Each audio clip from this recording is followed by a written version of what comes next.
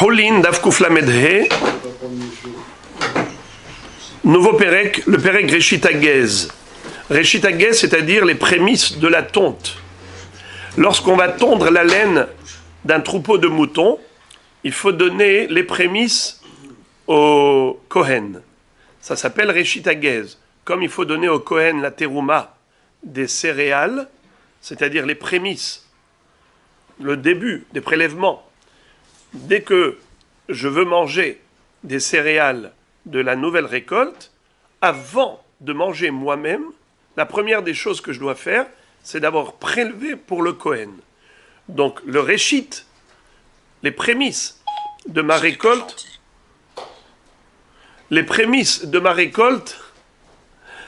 c'est directement d'emblée pour le Kohen. Alors, la même chose pour la laine. Je vais tondre la laine, à qui je donne le Réchit Hagez, le début de la tonte, au Kohen. La Hala, pour fabriquer du pain. Lorsque je vais faire de la pâte pour fabriquer du pain, à qui je vais donner le Réchit? Je vais prélever la Hala, d'abord pour le Kohen. Ensuite, je mange. Car le Kohen est le représentant d'Akadosh Baruch Hu. Pourquoi? Puisqu'il est au service d'Hachem Idbarach. Lui, il nous représente auprès d'Hachem. Et il est missionné par Hachem. Il est Shlouché d'Idan et Shlouché de Rahamana. Nous, on l'envoie pour servir à Kadosh Baruch Hu au nom du peuple juif. Il va réaliser tout le culte sacrificiel dans le Beth Amikdash. Et en effet, Akadosh Baruch Hu l'a désigné comme habilité à remplir cette mission. Bon. Dans la Torah, il n'y a pas écrit la quantité, mais on va voir d'où on apprend la quantité, le shiur. D'ailleurs, avant d'étudier sur texte, je voudrais vous faire une hakdama. Je voudrais vous faire une introduction. Comme ça, on aura des notions avant d'aborder le texte.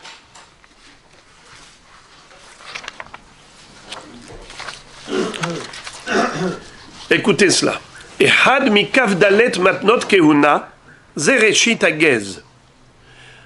L'un des 24 cadeaux que l'on doit aux Kohanim, c'est les prémices de la tonte de laine, de notre troupeau de moutons, que l'on doit donner aux Kohanim. Dehainu sheka'asher ha'adam gozez et sono, alav latet helek katan mise la Kohen. Au moment où on va tondre le troupeau, il faut donner une petite partie au Kohen. Et cette mitzvah nous incombe à chaque fois qu'il va tondre. Ce n'est pas une fois dans la vie du mouton. À chaque fois que ce mouton sera tondu, à chaque nouvelle tonte, il faut partager avec le Kohen en lui donnant une partie et on verra la quantité. Mouton ou tonte globale? On prélève du premier mouton, on prélève de la tonte totale. De la tonte totale. והטעם שזה נקרא ראשית, משום שצריך לכתחילה לתת מתחילת הגיזה. אבל בדיעבד, אם נתן מאמצע או סוף הגיזה, יצא. Pourquoi ça s'appelle Réchit Hagez, Réchit Gez Tzonecha? Parce que, a priori, il faut donner des prémices de la tonte au Kohen. C'est lui qui reçoit en premier, comme j'ai dit tout à l'heure. On prélève et on donne au Kohen la terouma des céréales. La pâte, on a fabriqué la pâte, on prélève un morceau, on donne le Réchit la Hala au Kohen. La même chose. Le Réchit de la tonte, c'est au Kohen. Donc on a commencé la tonte, eh bien il faut donner au Kohen. Mais si on n'a donné que du milieu ou de la fin, ce n'est pas grave, on est quand même quitte.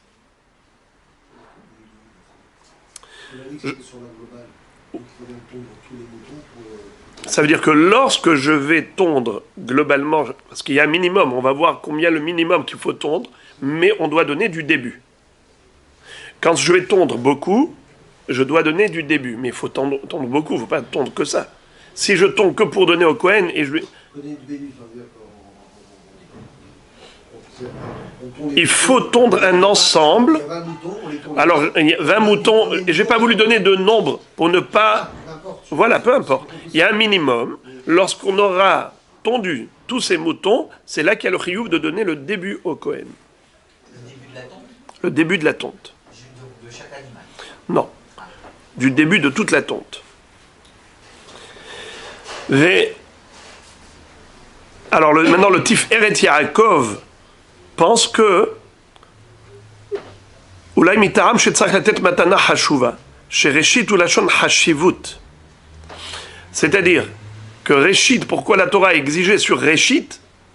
Elle a exigé ce critère de Réchit parce que c'est une question de hashivut. On donne le premier, les prémices, ce qui veut dire qu'on accorde de l'importance.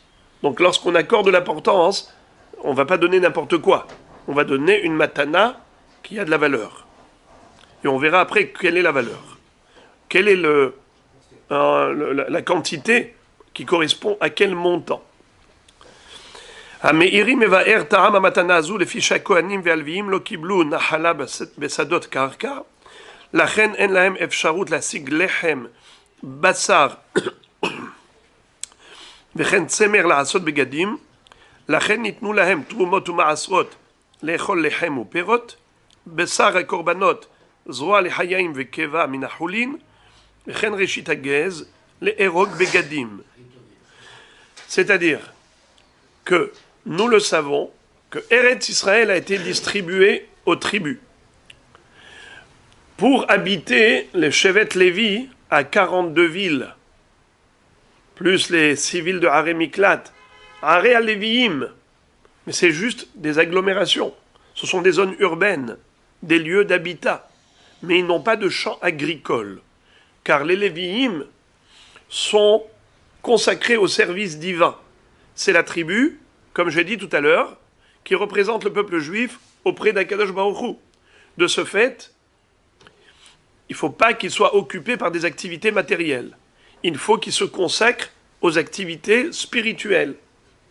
Donc qu'est-ce qu'ils ont besoin de champs agricoles? Ils n'ont pas besoin. De toutes les façons,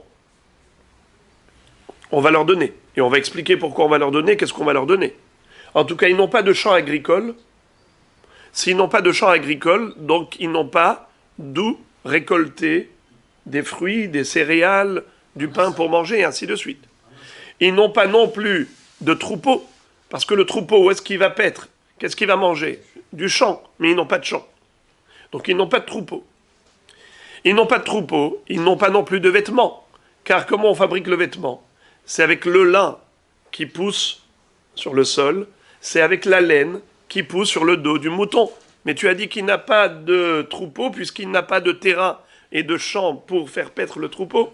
Donc il n'a rien, ni à manger, ni des vêtements pour s'habiller. Qu'est-ce que nous demande la Torah? Puisque eux sont là pour nous représenter auprès d'Hachem, on se doit, nous, de les soutenir. Alors il faut leur donner à manger quoi? Du pain.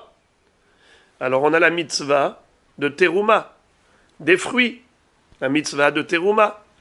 On doit leur donner, pas seulement, quand je dis des fruits, c'est tous les fruits, n'est-ce pas? Des ganecha, tiroshecha, vitzaharecha, l'huile d'olive, le vin, et ainsi de suite. Pardon? Nachon, il y a le maaser rishon. Pour les Lévi'im, on donne le maaser rishon. Comment on a dit dans la qu'ils devaient donner eux-mêmes s'ils avaient un champ, ils devaient donner de leur production. On donne au Lévi maaser. Et après le maaser, il donne au Kohen. Parce que le Kohen, il travaille plus que le Lévi. On dit qu'ils n'avaient pas de champ, ils n'avaient pas de Il reçoit. Le Lévi lui-même, il reçoit. Et de ce qu'il reçoit, il doit partager encore. Un champ, eux-mêmes n'étaient pas tenus de donner, c'est ce qu'on a dit. Puisqu'ils ne devaient pas donner par Mais là, ils n'ont pas de champ. Lévi n'a pas de champ, c'est Israël qui a le champ, c'est Israël qui donne maaser. Ils n'ont pas. Ils n'avaient pas. En général, ils n'avaient pas. C'est ce qu'on est en train de dire. Nachon. J'ai ajouté en général pour pas. Oui, vous avez très bien fait de rajouter ce mot, c'est indispensable. Oui, c'est préférable. Nachon. Parce qu'il peut avoir, s'il a acheté, il s'est enrichi. Mais au moment de Halukat Haaretz, au moment de la distribution et le partage de la terre d'Eretz Israël, on n'a pas donné au Shevet Lévi, ils n'ont pas eu. Alors maintenant, ils n'ont pas eu, alors on ne va pas les laisser mourir de faim. On ne va pas les laisser sans vêtements. Alors on a la mitzvah de leur donner la terouma, la chala de la pâte, et on doit leur donner aussi reshit agez, pour qu'ils aient de la laine pour fabriquer des vêtements. Il faut aussi qu'ils aient de la viande. Alors on leur donne zéroa, les hayaim, keva. Donc tout cela nous explique le Meiri que c'est parce que justement, Akadosh Baruch Hu nous demande de combler leur manque par rapport au fait qu'ils ont été entre guillemets privés de prendre part dans le territoire d'Eretz Israël au moment du partage d'Eretz Israël lors de la conquête. Donc ils ont eu les Miklat, c'est ça? Juste pour habiter. Ils ont eu 42 villes plus 6. La Mishnah nous dit que la mitzvah de Reshit Agez, elle est applicable pas uniquement en Eretz Israël, mais même en Chutz La'aretz. Et on verra dans la Gemara que Behemet, il y a un Rav qui s'appelle Rabbi Ilhaï, qui pense que la mitzvah de Reshit Agez n'est applicable qu'en Eretz Israël, contrairement à notre Mishnah qu'on va étudier. On a trouvé 6 Mishnayot dans lesquels il y a écrit exactement pareil, le même langage, que la mitzvah, elle est applicable en Chutz La'aretz comme en Eretz Israël. Noheget ben ba'aretz, ben bechutz la'aretz. On a vu ça, par exemple, pour Zeroa, les Chayaim et Keva. On a vu ça pour Kitsuy Adam. Alors, je vous rappelle, mitzvah Noheget ben ba'aretz, ben bechutz la'aretz, c'est au niveau de l'espace, partout. Ben bifnei abayit, ben shelo bifnei abayit, c'est au niveau du temps.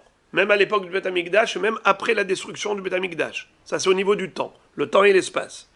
Et aussi, Bahulin ou Bamukdashin. On avait vu, Bahulin ou Bamukdashin, ou bien Bahulin velo Bamukdashin, au niveau de l'objet, la nature de l'objet. C'est un objet qui est profane ou un objet qui est kadosh. Alors, quels étaient les 6 sujets?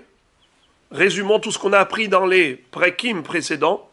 1. Kisui Adam, la mitzvah de recouvrir le sang de la volaille ou d'une chaya après la shrita.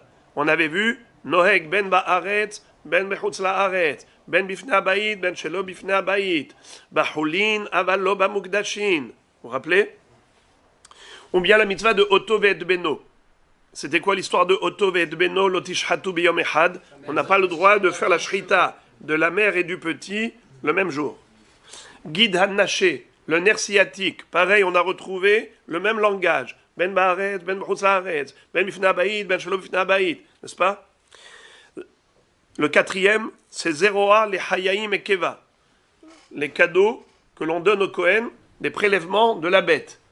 Ron, les mâchoires, l'appareil digestif, l'épaule. Pardon, pas l'épaule.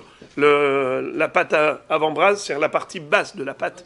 On ne peut pas dire l'Obar chez nos avec cette histoire, avec le Chaim et tout ça. On ne peut pas dire l'Obar chez nos la même phrase. Puisqu'il était qu'au Beth Amikdash qu'on faisait ça. À Botaï, vous pouvez crier à ma place?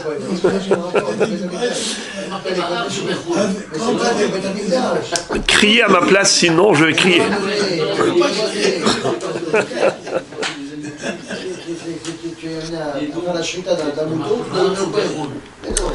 Baba,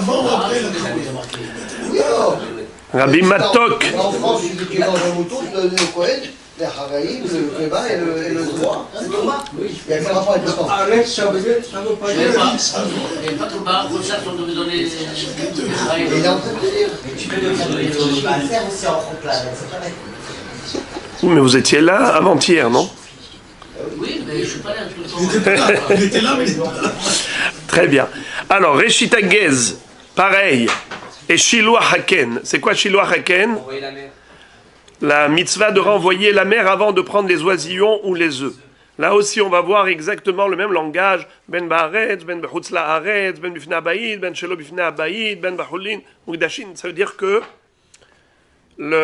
ces phrases, on les retrouve dans tous ces sujets. 6 sujets où on a retrouvé exactement les mêmes phrases. D'accord? Voilà. C'est tout. C'est un constat. Manger cachère, etc., toutes ces choses-là, il n'y a pas, on retrouve pas cette Vous parlez des interdictions. Moi, je parle des obligations. Ayen Bagemara, בחולין קל"ח, מה שמבארת בעניין זה, שם רבי אבין ורבי מיישה, שכל מקום שכתוב בארץ ובחוץ לארץ, הוא שלא לצורך, חוץ מראשית הגז, שנצרך לכותבו להפוקי מדי רבי אלעה, הפוטר ממצוות ראשית הגז בחוץ לארץ. Alors,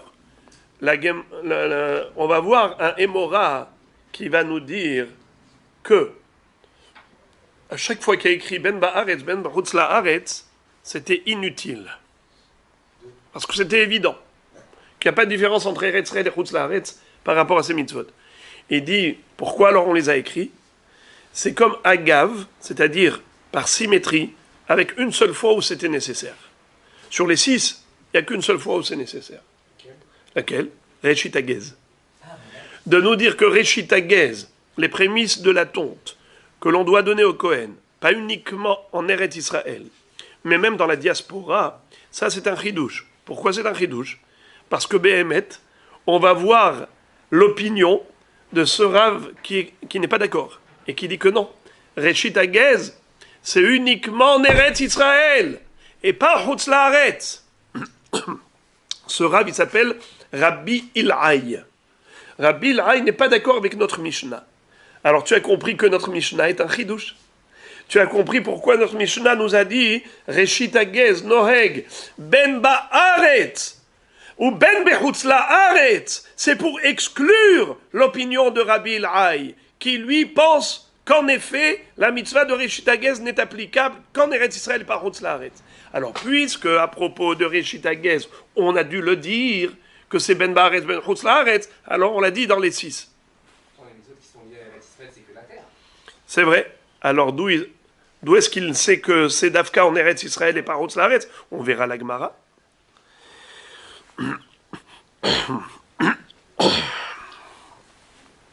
Également. Ben bifnei habayit, ben shelo bifnei habayit, ou shelo letzorech. Chutz mishnat otoved beno, shaya tzarich leodi'o mishum shaita vamina, sheno noheg ela bifnei habayit ki isur shchitat otoved beno, katuv beparashat inyan hakorbanot. Qu'est-ce que ça veut dire?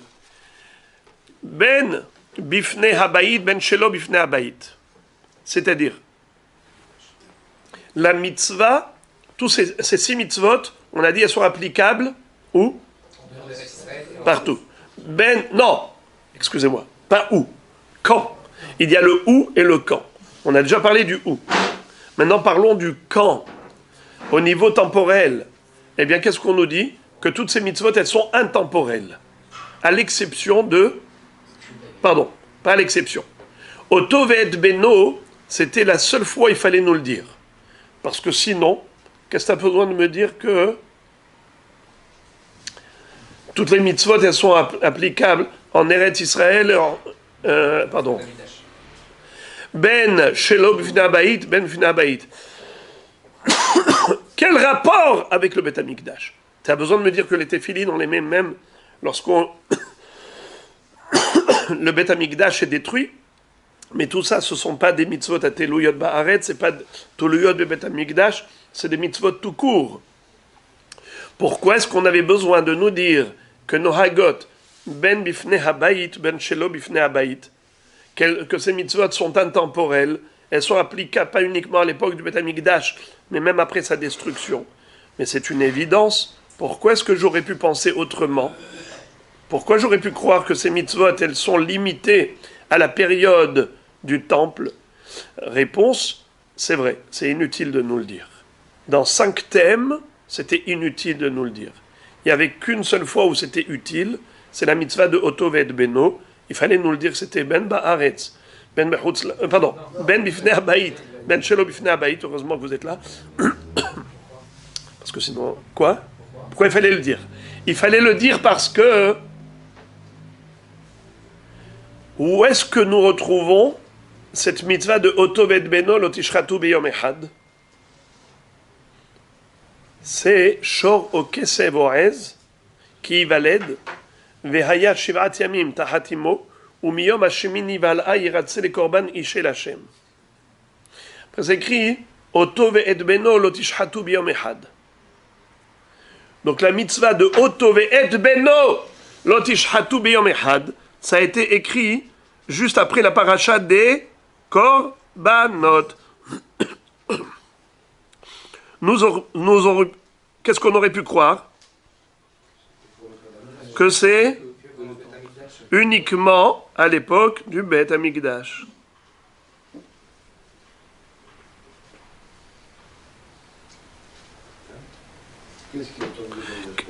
Qu'est-ce qui vous gêne? On aurait pu le croire. Aujourd'hui, faire auto Béno sans avoir besoin de faire. On aurait pu les faire le même jour.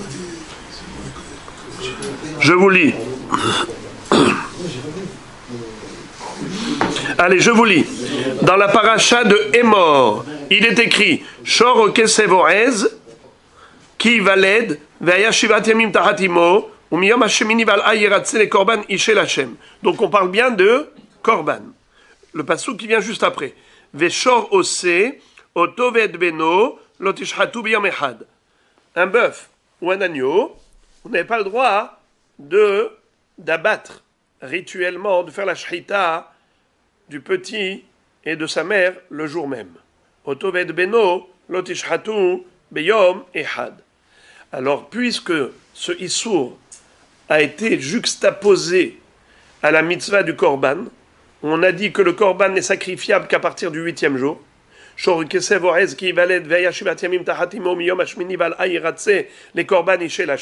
La Torah nous enseigne que le Korban n'est sacrifiable qu'à partir du moment où la bête est âgée d'au moins 8 jours, puisque on a juxtaposé le Issour de Otov et Beno à la mitzvah du Korban, nous aurions pu croire que ce Issour de Otov et Beno n'est applicable qu'à la période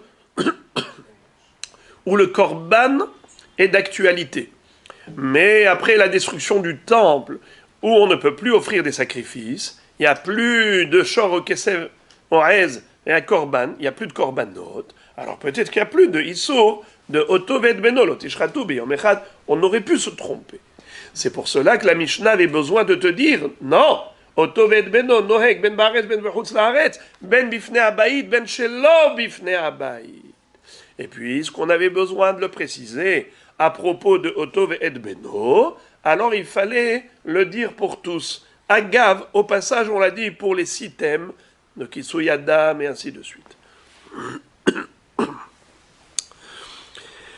Encore, après que la Mishnah nous ait cité ces valeurs communes à ces 6 thèmes, Ben Baaretz, Ben Chutz, sur les 6 thèmes, לאחר שהמשנה מנתה דינים משותפים בין מצוות ראשית הגז לבין מצוות זרוע לחיי מקבע, כגון שהחיוב בין בארץ ובין חוץ לארץ, בין בפני הבית בין שלא בפני הבית, וכן הדין שנוהגים בחולין אבל לא במקדשים, המשנה מונה גם דינים שהם חלוקים ביניהם, c'est-à-dire que la Mishnah ici nous a dit, regardez s'il vous plaît, le début de la Mishnah. Le début du daf qu'on est en train de lire. Reshit hagez, noheg ba'aretz, ou bechutz la'aretz, bifnei habayit, veshelo bifnei habayit, bahulin, avalo bamukdashin. La mitzvah de donner au Kohen les prémices de la tonte, de laine, c'est uniquement pour hulin, mais pas pour mukdashin. C'est la différence entre hulin et mukdashin par rapport au reshit hagez. Tandis que au niveau du temps et au niveau de l'espace, il n'y a pas de différence. Le temps et l'espace, c'est pareil. Ben ba'aretz, ben bechutz la'aretz, ben bifnei habayit, ben shelo bifnei habayit. Et bahulin aval lo bamukdashin. Bahulin aval lo bamukdashin.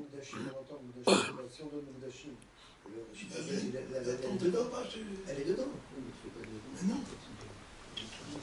Moudash, quelque chose qui est moudash. On n'a pas le droit d'y toucher du tout. Il faut qu'on la tue. Pourquoi tu la touches pas? Donc d'office, ça lui revient. Non. Le moudash revient d'office à celui qui le reçoit. Donc on n'a pas besoin d'ajouter qu'on va être réchitéré pour moudashim. Je sais pas, j'extrapole peut-être. Est-ce qu'on tond la laine? On tond la laine d'une bête. Est-ce qu'on y touche au Moudachim? Ce qui est le Moudachim, On peut pas y toucher. On peut pas y toucher, donc D'accord. de toute façon, on ne le tombe pas. D'accord, mais on aurait pu imaginer qu'il faut prendre ça et donner au Cohen, par exemple. On lui donne la bête entière. Non, la bête, elle est korban. On lui donne pas, on donne pas au Cohen. La bête, elle est kadosh. Après la shrita, il reçoit une partie de la viande en tant que consommateur, comme dit la Gemara, mishulhan gavoa. Il reçoit de la table de Dieu.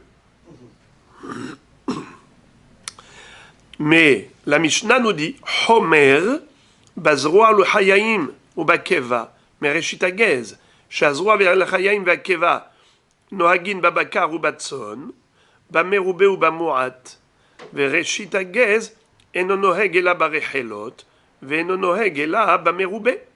Qu'est-ce que ça veut dire? C'est que une fois que la Mishnah nous a dit qu'il y a des points communs entre Reshit Agez, Ezra, les Hayaim et Keva. C'est quoi les points communs? 3 points communs. Lesquels? Premièrement, Ben Baaretz, Ben Bechutz Laaretz. Deuxièmement, Ben Bifne Habayit, Ben Shelo Bifne Habayit. Troisièmement, Bacholin, Avalo, Bamugdashin. Ce sont 3 points communs entre les deux. Ils sont communs aux deux. Reshit Agez, Ezra, les Hayaim et Keva. Alors la Mishnah maintenant te dit, bien qu'on ait trouvé 3 points communs, mais il y a quand même un point divergent. 2 points de divergence. C'est quoi? C'est que pour Zeroa, les Chayaim et Keva, il n'y a pas de minimum. Même une seule bête, elle est soumise à la mitzvah de Zeroa, les Chayaim et Keva. Nachon? Deuxièmement, c'est que Zeroa, les Chayaim et Keva, c'est Ben Bamouat, Ben Bameroubé. Pardon, ça on l'a déjà dit. Mouat et Meroubé, c'est-à-dire une bête, ça s'appelle Mouat. Meroubé, c'est beaucoup de bêtes. Reshit Agez, c'est seulement si on a plusieurs bêtes, on verra combien. Mais Zeroa Lechayaim et Keva, il n'y a pas de quantité. Même une seule, ça suffit. Il n'y a pas de quantité exigée. Même une seule bête, tu l'as abattue, tu dois donner les 3 matanot au Kohen. Zeroa, les Hayaim et Keva. Deuxième supériorité du Zeroa, les Hayaim et Keva par rapport au Reshit Agez, c'est que Reshit Agez n'est applicable qu'au menu bétail, alors que Zeroa, les Hayaim et Keva est applicable même au gros bétail. Bakar, Vatson. Peu importe, Bakar, Vatson. Alors que le Reshit Agez, c'est Davka Reshit Gez Tsonecha. En général, on tond la laine que des moutons. On n'a pas l'habitude de tondre des vaches ou des bœufs. Mais imaginons qu'il y en ait un qui ait fait cette folie. Est-ce qu'il a une mitzvah de partager le Reshit Agez avec le Kohen? Non, pas du tout. Alors, comment? Il n'y a rien à tondre. Il n'y a pas de poil de vache? Si, bien sûr. Ah, on n'attend pas. Oui, et si quelqu'un a attendu? On ne l'a pas attendu, mais il a attendu. Qu'est-ce qu'on fait?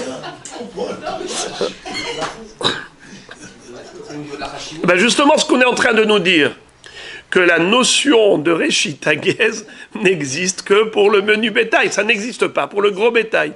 Alors la Mishnah te dit qu'il y a 2 différences entre Reshit Agez et Zeroa Lechayaim et Keva.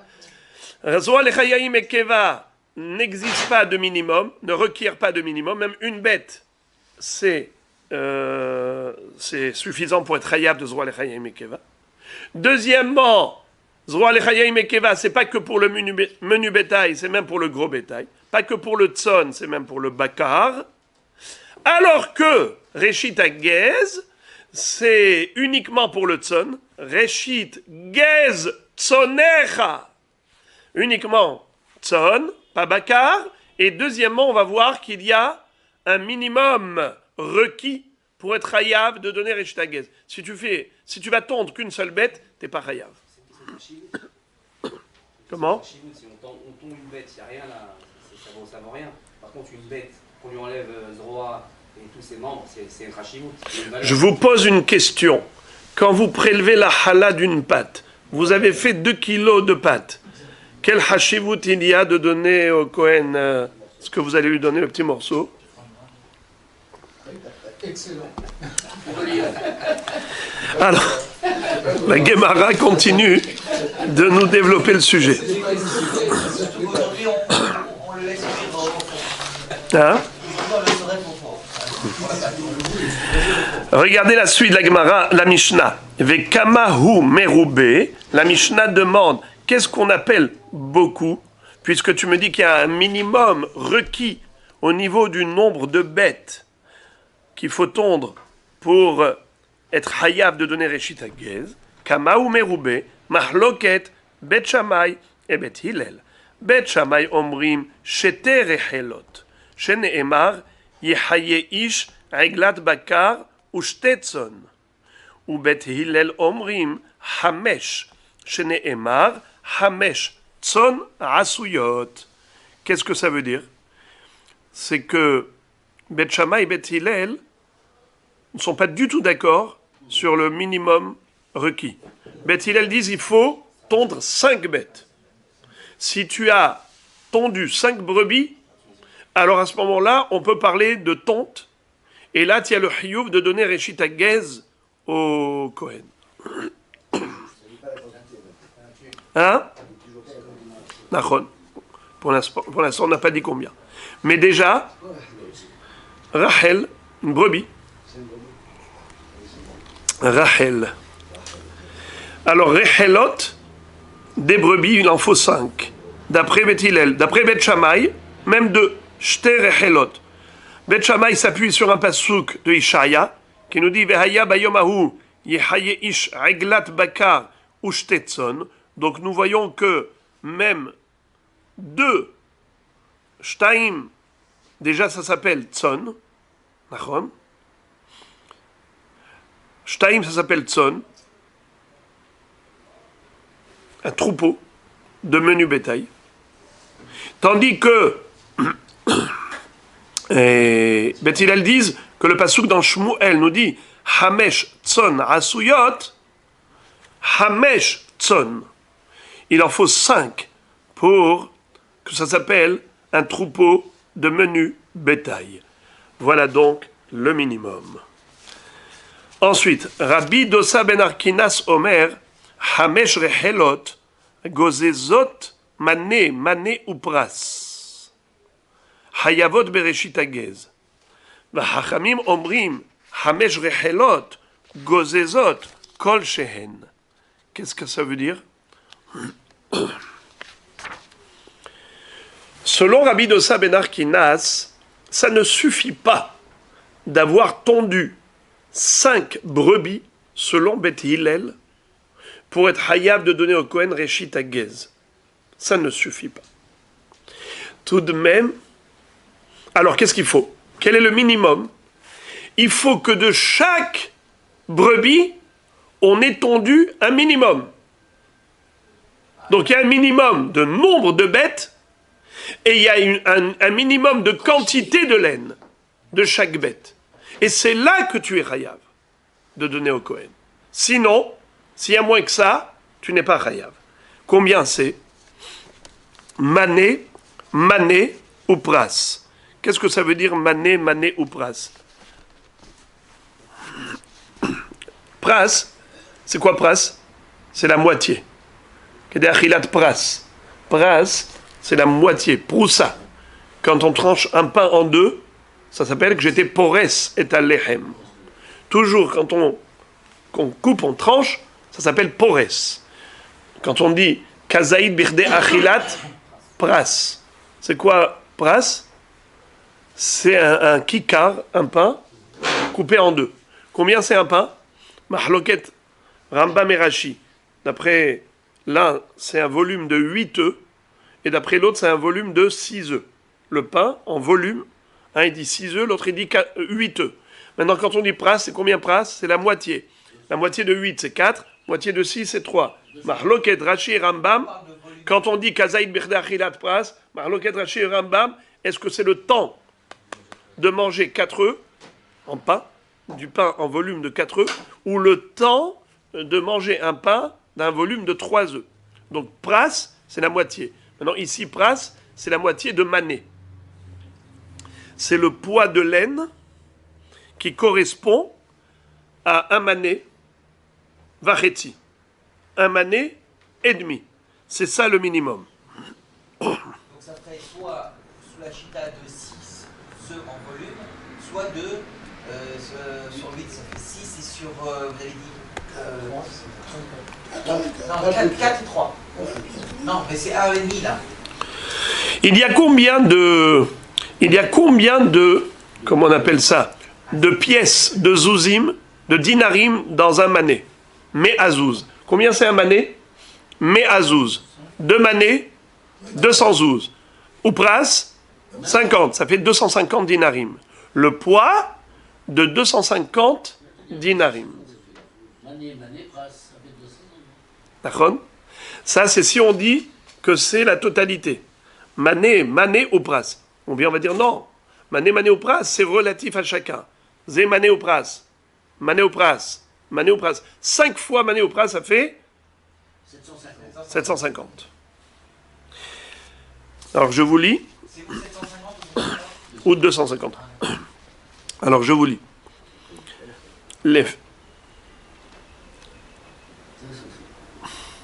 לפי בית הלל, רבי דוסה בן ארקינס מלמד שצריך לגזוז כמות של צמר מינימלית, והוא מנה וברס. Selon Rabbi Dossa ben Arkinas, il faut une quantité minimale de laine pour être hayab de donner au Kohen une partie. Sinon, si on n'a pas le minimum requis, il n'y a pas d'obligation de partager avec le Kohen. Alors, combien c'est? Mané ou pras. Mais haïnou shemikol keves tsarich ligzoz lefahot mishkal mané ou pras. C'est-à-dire que de chaque mouton, il faut tondre un mané ou pras. Pour ça qu'on a dit mané ou pras, c'est pour dire mouton, mané ou pras. Mouton, mané ou pras. De chaque mouton, un mané et demi.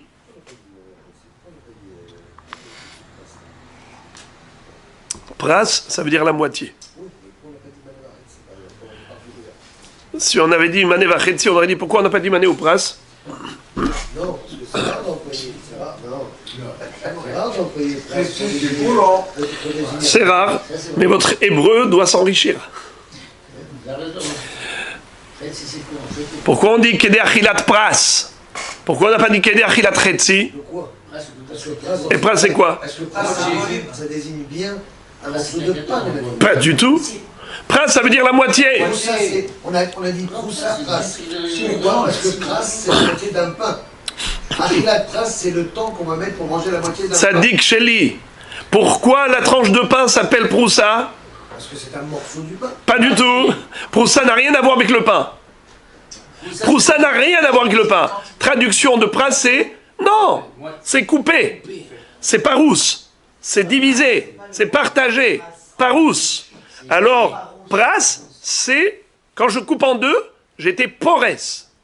Comme Haporès al-Shema. Pourquoi en deux? Puisque pras, c'est coupé. Pourquoi en deux? Oui, après ça, je peux couper même ça en deux. Et après, je coupe même ça en deux. Et chaque chose que je coupe, il est parousse. Ah, je l'appelais deux, c'est deux parties. Bravo. C'est le fait de couper pendant Ben diouk. Exactement. Chaque fois que je divise en deux, ça s'appelle parousse. Très bien, c'est pas deux moitiés, puisque là on est en train de partir sur deux manées et demi. Quand on dit Achilat, Demi, puis des moitiés. Pras par rapport à mané, c'est hatsi mané. Et pourquoi ce ne serait pas un tiers? Ça dit une fois pras. Parce que la base, c'est mané. Ça dit une fois pras. La base, c'est mané. Donc, pras de mané, c'est hatsi mané. Quand on dit Achilat, Alors maintenant, pardon, Tzadik, répétez. Achilat pras.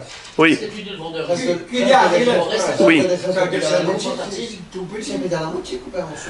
Pourquoi vous dites un petit? Et comment on peut faire Achilat pras? Combien de temps ça peut? Je suis très content parce que votre question, elle tombe très très bien aujourd'hui. Vous savez pourquoi? Parce que ça fera partie, Be'ezrat Hashem, de notre dracha du Shabbat Agadol. Ah, Donc je vous invite à venir à Mincha, 1 heure avant Mincha, 17h. Ce sera le moment de notre dracha sur toutes les lois de Pesach. Be'ezrat Hashem Idbarach. Et donc on va parler du kazaït qu'on doit manger dans la nuit de Pesach, kazaït de matzah. Birde achilat pras. Combien c'est qu'elle est achilat pras? C'est le sujet de la dracha. Si je vous le dis maintenant, on n'aura plus rien à dire après. Kedé Achilat Pras, c'est Et Rachid. 4 ou 3. Exact. Ça dit que Les frères et les amis, יש ראשונים שמפרשים שמכל כבש צריך לגזוז משקל 2 מנים ופרס. Il y a ceux qui disent que c'est pas un mané et demi de chaque mouton, c'est que de chaque mouton, il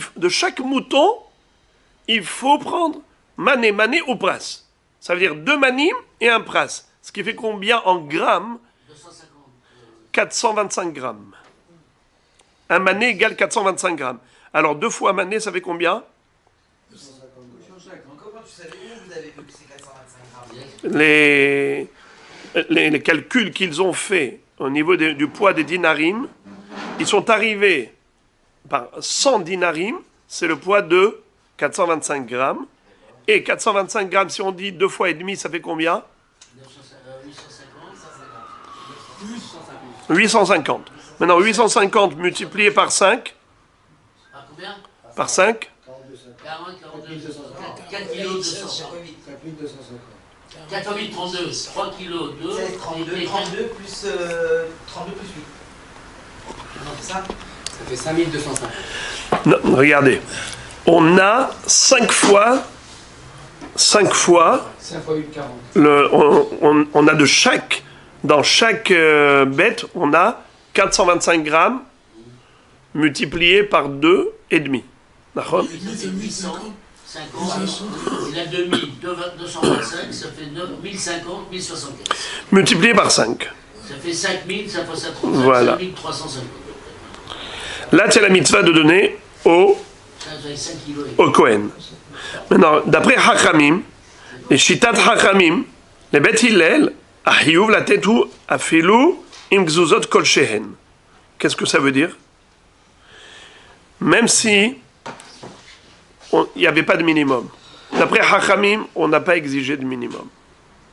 Tu as tondu 5 bêtes, peu importe combien tu as tondu, tu dois donner Réchit Agez au Kohen. En dessous, non.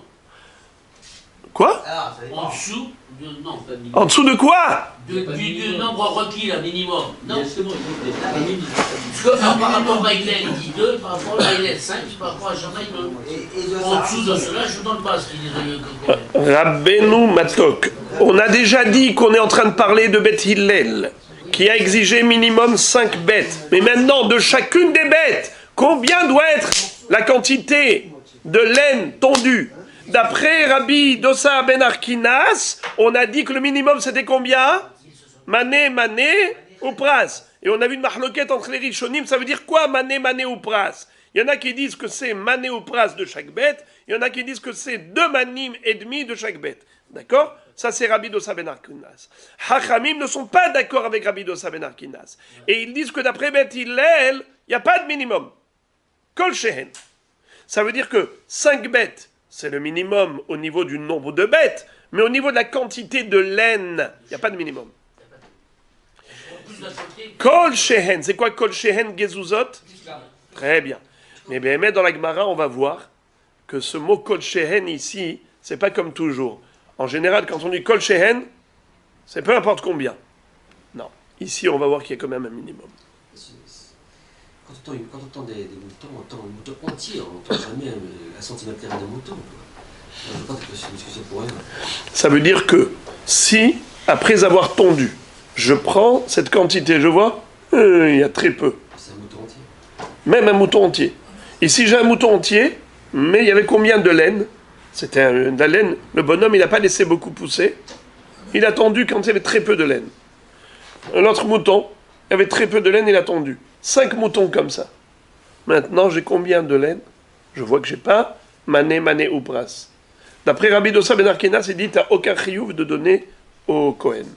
Tu ne donneras au Kohen que si tu avais bien laissé la laine pousser comme il faut, et que quand tu as tondu, tu as un poids de 425 grammes, multiplié par 2,5, là tu peux parler de chiyuv. Mais si tu n'as pas ça, tu n'as pas 5 fois, 5 brebis, dont chacune, tu as tondu d'elle cette quantité, eh bien, c'est même pas la peine de donner au Kohen. C'est C'est-à-dire qu'il faudrait qu'il ait que 5, mais si j'ai 50 pour atteindre ce poids, ce que je voulais le donner. Comment Vous parlez de 5 bêtes. Oui, Et moi, j'ai fait tendu 50 et j'ai le poids requis. pas bon. Pas bon. Il faut que ce soit des moutons dodus, quand même, pour avoir beaucoup de Australien, Australien. Ça veut dire qu'il faut laisser pousser. Il faut laisser pousser la laine. Il ne faut pas se presser. Alors, celui qui ne veut pas donner, il se stressera. C'est ça. Il fera le temps tous les 3 mois. C'est ça. C'est un échappatoire, c'est pas Le devant, quand il La Mishnah continue et nous dit Vekama notnim lo mishkal 5 sla'im biuda shem 10 sla'im bagalil meluban velo tsoi kede la'asot mimenu beged katan shene'emar titen lo sheyehebo kede matana. Qu'est-ce que ça veut dire? Combien maintenant faut-il donner au Kohen? La Torah te dit Réchit, mais elle t'a pas donné de Mishkal. Ça veut dire que Minatora, il n'y a pas de Shirour, mais les Hachamim ont donné un Shirour. Combien c'est? Kama notnimlo. Alors, il y a la Galilée, il y a la Judée. Mishkal Hamesh Slaim Bihuda, Shem Eser Slaim Bagalil. En Galilée, on devait donner l'équivalent du poids de 10 slaim. Et en Judée, on donnait au Kohen, en laine, l'équivalent du poids de 5 slaim. Mais en réalité, on va voir que c'était pareil, parce que le shi'ur des slaim de Yehuda était double que le shi'ur des slaim de la Galilée. Donc 10 ici, c'est exactement pareil que comme 5 ici. C'est juste des indications. Pour quelqu'un qui habite la Galilée, on lui dit « donne-lui Mishkal 10 slaim ». Quelqu'un qui habite la Judée, on lui dit « donne-lui Mishkal 5 slaim ». Mais ça revient en même, parce qu'au niveau de la laine, c'est exactement le même shi'ur. C'est juste une indication pour les habitants de Galilée et les habitants de Judée. En poids, puisque c'est en poids. Mais alors, il faut qu'il ait une indication de poids. Il n'y avait pas des kilos. Alors, on donnait des slaim en contrepartie. Loïspik. Alors, à quoi cela correspond? À quoi cela correspond? Ça correspond au... Comment on appelle ça? Au din. Ça correspond au din de quoi? Hein? Pourquoi est-ce qu'on donnait cette quantité-là? Ça correspondait à la fabrication d'un petit beged. Parce qu'avec ça, on pouvait déjà fabriquer un petit beged. C'est matana hashuva. Kede sheyebo, kede matana, la asot mimenu beged katan. Sheneemar vereshit gestoncha titen lo. La Torah dit donne-lui quelque chose qui est hashuv. Lo ispik litno lo ad shetzevao patour. Quel est le din de la laine colorée? Si cette laine-là a été travaillée, lavée et colorée et teinte, il a déjà mis de la teinture. Eh bien, dans ce cas-là, la mitzvah a disparu. Ça veut dire que, désormais, ce monsieur-là, il a acquis par la transformation, la laine, et donc, il ne pourra plus lui donner cette laine au Kohen, puisqu'elle a été transformée, ce n'est plus le même objet duquel la Torah a parlé. Lo ispik litnolo ad shetzevao patour. Par contre, s'il a juste lavé, libno velo tsevao hayav. S'il a juste blanchi, c'est-à-dire lavé convenablement la laine, eh bien, il est hayav de donner parce que ce n'est pas une transformation. Et d'ailleurs, il faut le faire comme ça, comme la Mishnah a dit précédemment, meluban velotsoi. C'est quoi meluban velotsoi? Il faut que ce soit de la laine propre et pas de la laine crasseuse. Ah, quand on donne le masque. La laine au Kohen, il faut donner de la laine propre. Alokeach gez tsono shel oved kochavim patour mereshit agez. Quelqu'un qui a acheté des animaux dont la laine a poussé chez le goy. Et maintenant, il a tondu. Alokeach gez tsono shel oved kochavim. Ça veut dire que, excusez-moi, il lui a la bête appartient au goy. Le juif ne lui a acheté que la laine. Il lui dit, vends-moi la tonte.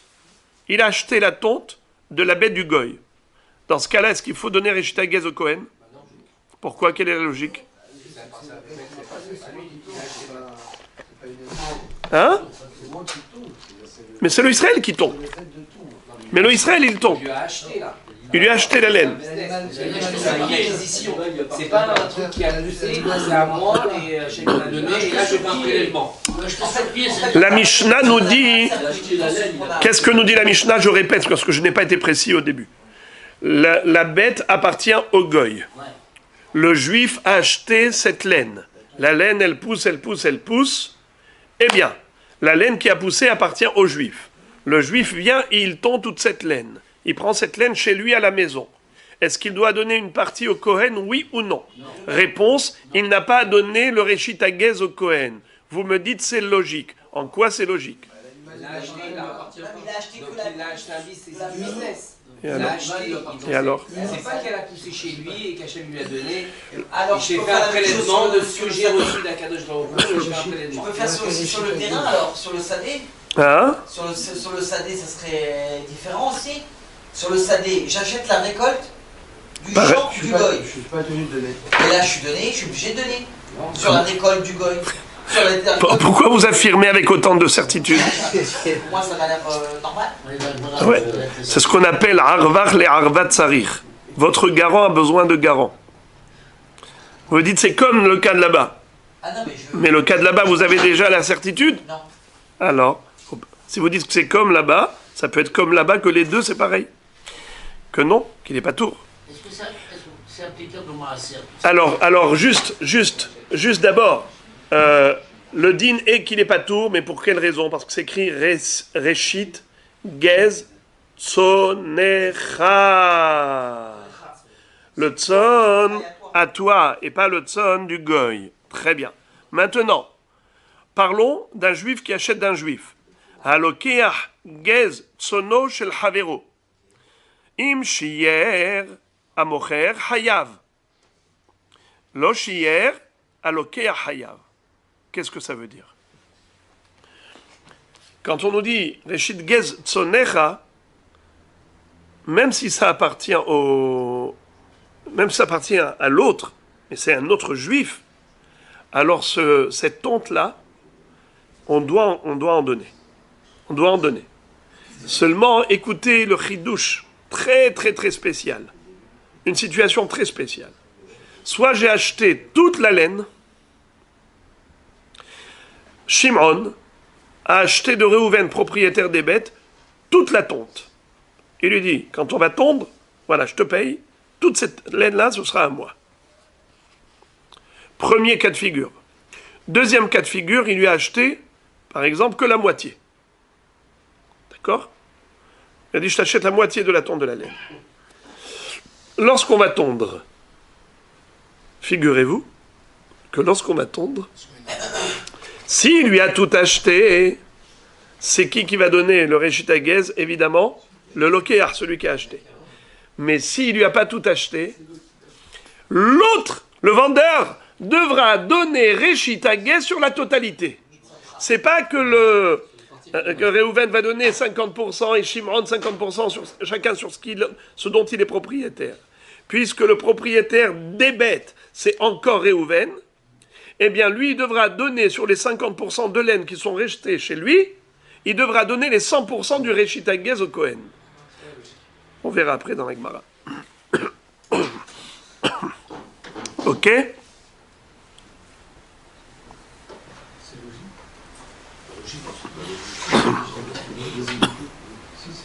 C'est pas qu'ils sont obligés d'acheter des choses. Encore. Halokeach, pardon. Ayulo shneminim shechufot. Ulvanot.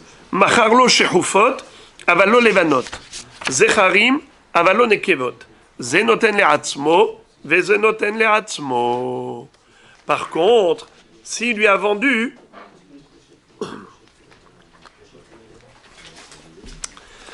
Il lui a vendu 50%. Mais dans ces 50% là, c'était deux catégories différentes. Je m'explique. Il y avait par exemple des moutons noirs. D'accord?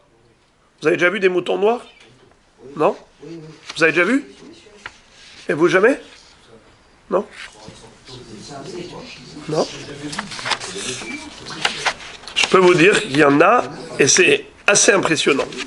Mais bien sûr que des moutons noirs, ça existe. Il n'y a que ça. Il n'y a que ça. J'étais au salon de l'agriculture, on a des moutons, on a des noirs, Les shochatim. marron Les- foncé, très foncé, noir. Alors, vous avez des moutons marrons, vous avez des moutons noirs, et vous avez des moutons blancs. D'accord?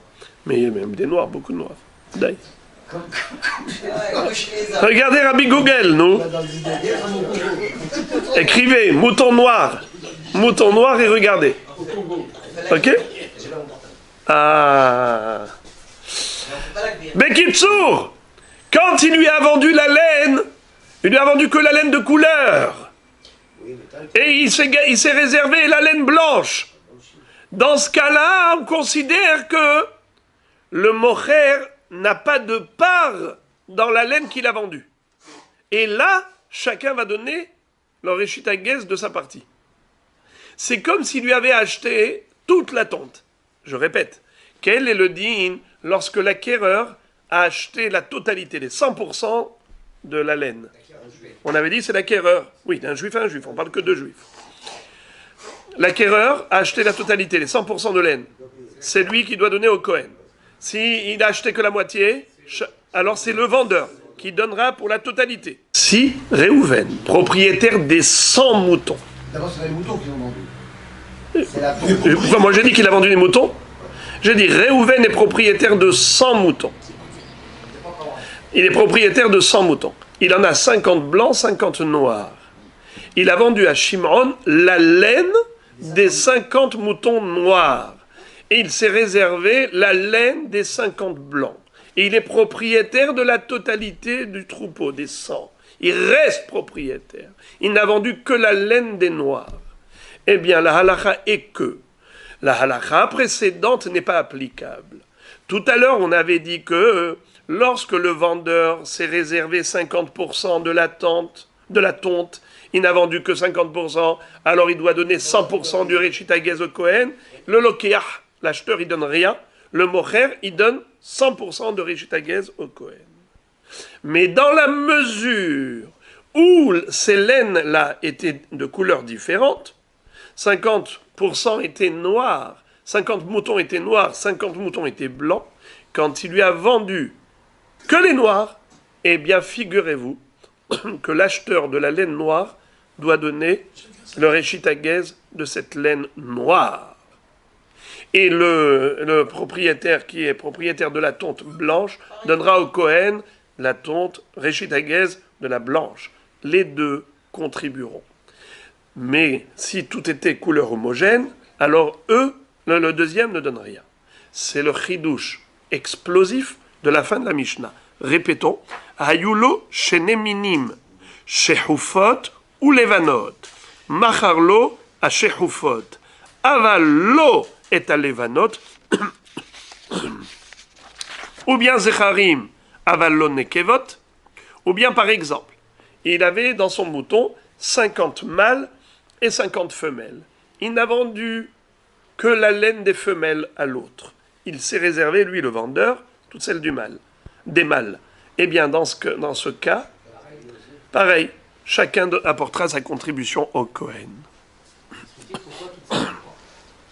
Mais bien sûr, vous croyez que la Gemara, elle reste endettée. La Gemara ne reste jamais redevable.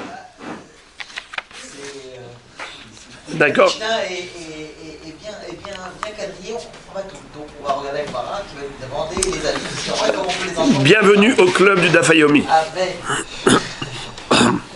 Bon, maintenant commençons la Gemara. La Gemara demande Bamugdashin. On a dit que Bachulin avallo Bamugdashin. C'est-à-dire qu'on n'a pas à donner au Kohen la laine des Mukdashim. Maïtama. D'abord, la question qui saute aux yeux, c'est que normalement, c'est évident qu'on ne va pas donner au Kohen de la laine des bêtes qui sont Kodesh, puisqu'on n'a pas le droit de les tondre. Puisqu'on n'a pas le droit de les tondre, quel était l'éventuel Hava Amina de dire qu'il faut donner au Kohen? Tu as besoin de me préciser que Baholin Avalo Bamukdashin, Boker Tov, Yerushalayim. Ça, c'est une question que la Gemara va poser plus tard, qui saute aux yeux, évidemment. Ma pitom, qu'est-ce que tu vas donner au Kohen? Le réchit de la tonte, mais tu n'as même pas le droit de tondre. La Gemara va traiter cela après. Mais pour l'instant, la Gemara s'arrête sur la raison pourquoi non. C'est-à-dire, pourquoi tu dispenses cet homme-là, qui tombe les Mukdashin, de donner au Kohen la malo? Réponse à Markra Reshit Gez Tzonecha Velo Shel Hekdesh. Qu'est-ce que ça veut dire Tzonecha? Ton troupeau. Or, la bête qui est Korban, elle t'appartient plus, elle appartient à Dieu. Tzonecha Velo Tzon Hekdesh. La Gemara pose la question, elle dit Tama de Katavra Hamana Tzonecha Halavachi Hava Amina Kadashim Hayavim Bereshit Hagez Halav Benegizaninu Dirtiv Velotagoz Bechor Tzonecha. Qu'est-ce que ça veut dire? La Gemara dit, j'ai bien compris que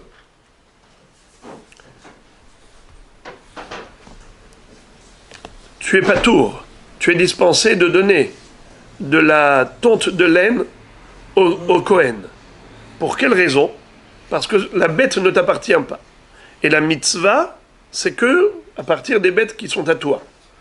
Mais si la bête elle appartient au Hekdesh, c'est normal que tu aies patour. Question.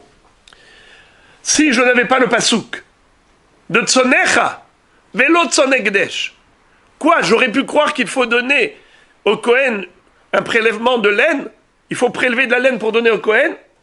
Mais tu n'as même pas le droit de tondre cette laine. Comment la Gemara Bichlal avait besoin d'aller chercher une raison pour dispenser le propriétaire de la bête de donner au Kohen? Mais de toutes les façons, la bête qui est Korban n'est pas à lui. Le Korban va être Mechaper pour lui, mais le Korban ne lui appartient pas. La bête, elle appartient à Dieu. Nachon? Ça, c'était...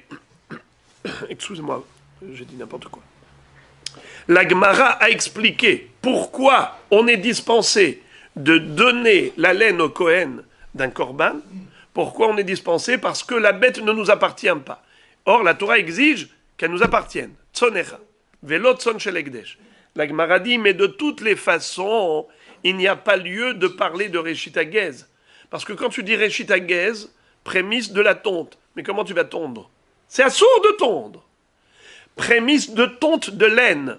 Mais comment tu vas obtenir cette laine? D'où tu vas l'avoir? Tu vas tondre, mais c'est assourd de tondre une béhéma qui est korban. Comme il est écrit clairement dans la Torah, Velo tagoz bechor tzonecha. Velo tagoz bechor tzonecha. Répétons. Velo tagoz bechor tzonecha. Tu n'as pas le droit d'être gozez, de tondre. Un korban? Exactement, c'est réservé au korban, donc on n'a pas le droit de tondre. Alors de quel Reshit Hagez tu parles?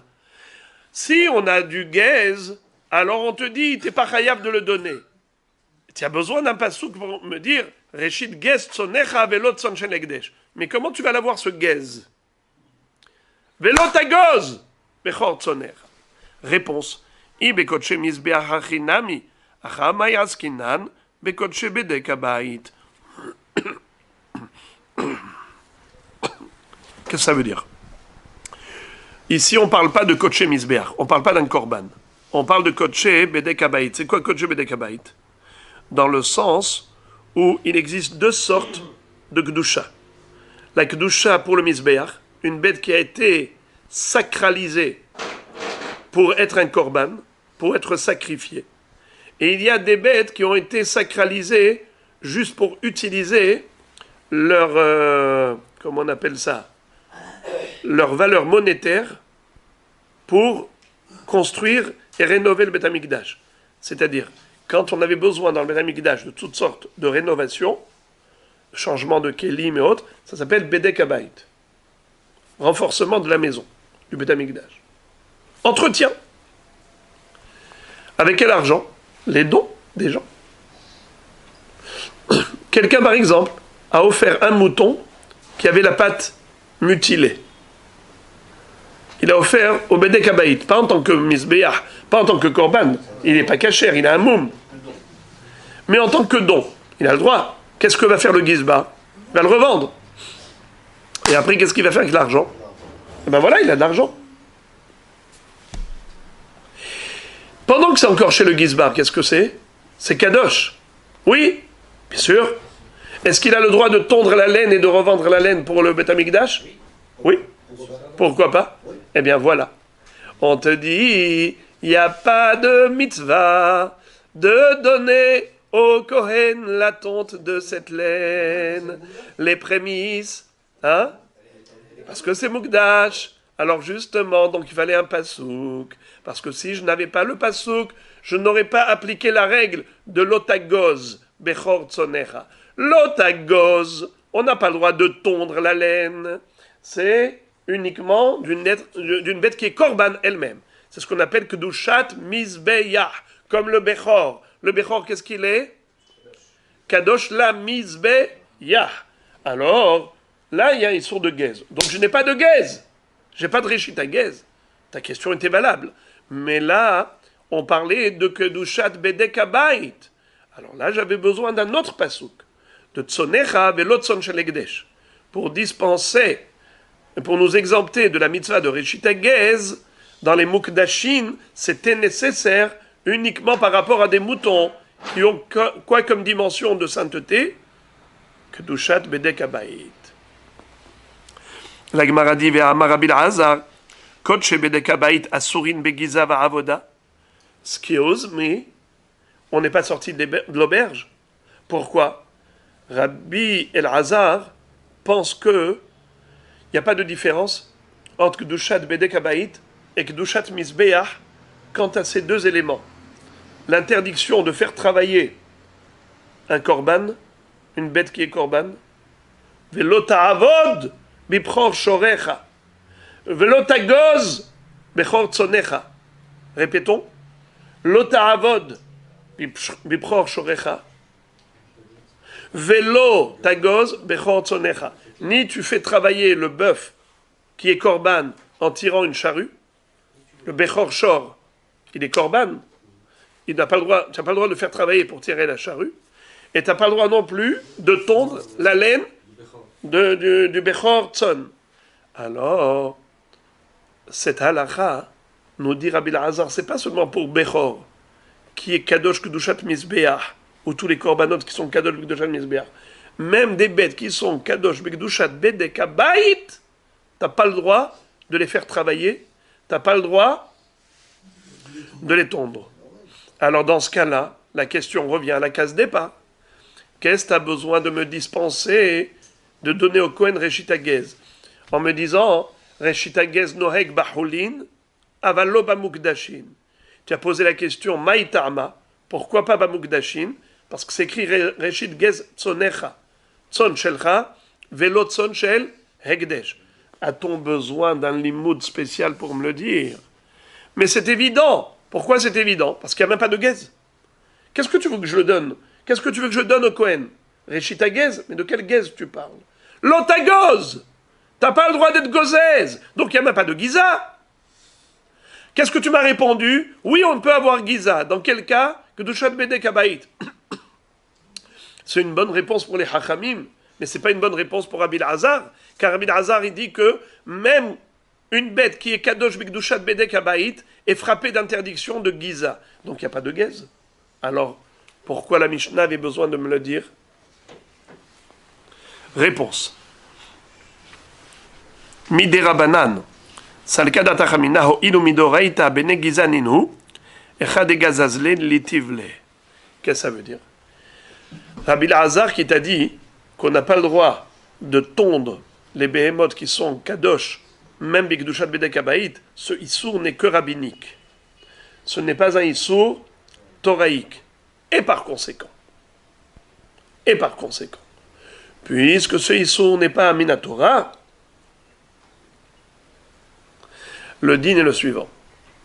étant donné que ce n'est pas un Issour Minatora, j'aurais pu croire que si jamais les Khatrila, t'as pas le droit. Mais des Rabbanan, t'as pas le droit de faire la Giza.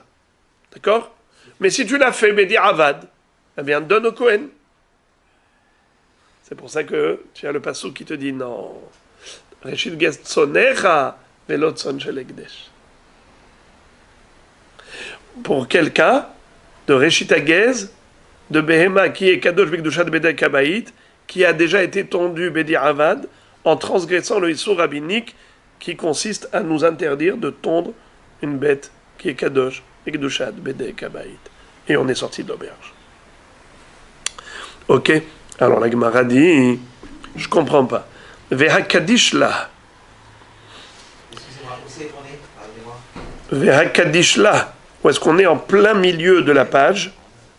Il y a écrit Veha Kadish la. Qu'est-ce que ça veut dire? Vous avez trouvé? La Gemara se demande, elle dit, Boker Tov, tu es bien gentil. Vraiment, tu as été très sympathique. Tu m'as enseigné la source, l'origine de cette halakha qui consiste à nous dispenser de donner au Kohen la laine. Et de quelle bête il s'agit? Bedek Habayit. Et dans quel cas? Lorsque Bedi Avad, il a déjà tondu. Même ça, tu n'as pas besoin de me le dire. Pourquoi? Cette laine-là, à qui elle appartient? Au Beth Amikdash. Comment tu aurais pu penser que tu la donnes au Kohen? Boker Tov. Les amis, réveillons-nous. De quoi tu parles? Moi, j'avais besoin d'un passouk de m'écrire Reshit Gez Tzonecha. Mais à Tzon Shel Rav et lo mitzon Shel Ekdesh. Mais il n'y a pas que le Tzon qui doit être Tzonecha. Même la laine, elle doit être à toi. Mais si cette laine-là, elle est Kadosh, elle appartient à Kadosh Baruch Hu, Ma'ava Amina que je vais la donner au Kohen. Reshit Gez, c'est Hulin. C'est un cadeau au Kohen. Je vais donner au Kohen un korban?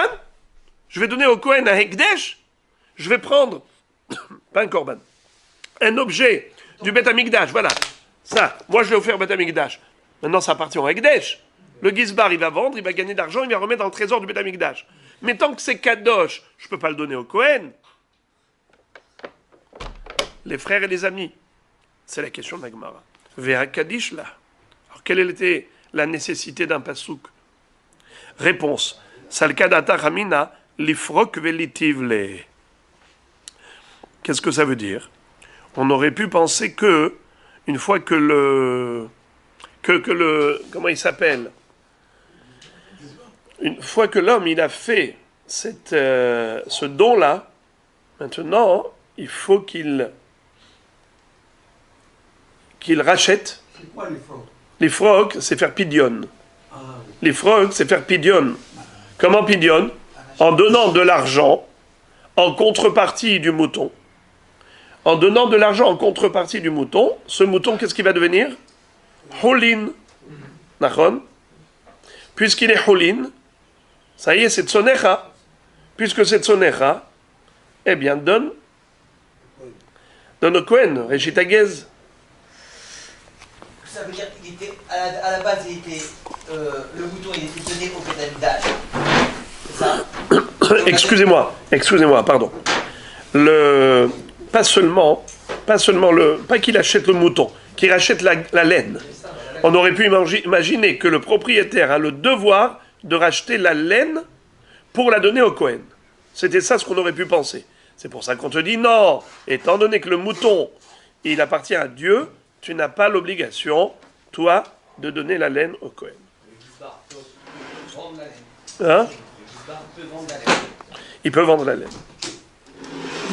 Mais même si moi, qui ai donné ce mouton, et qui, donc, je peux racheter cette laine. J'ai besoin de cette laine. Je veux faire un coussin à ma montre. Non mais, je peux le racheter. J'ai le droit de racheter chez le Gizbar. L'argent va au. Ok, C'est vrai être et cette laine est maintenant à moi. On te dit cette laine qui est maintenant à toi.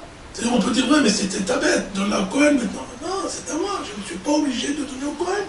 Regarde, cette laine pour faire mon petit coussin. Il y a un commentateur. Alors, il faut d'abord savoir que cette phrase-là a fait couler de l'encre. Pourquoi elle a fait couler de l'encre? Parce qu'il dit, c'est qui?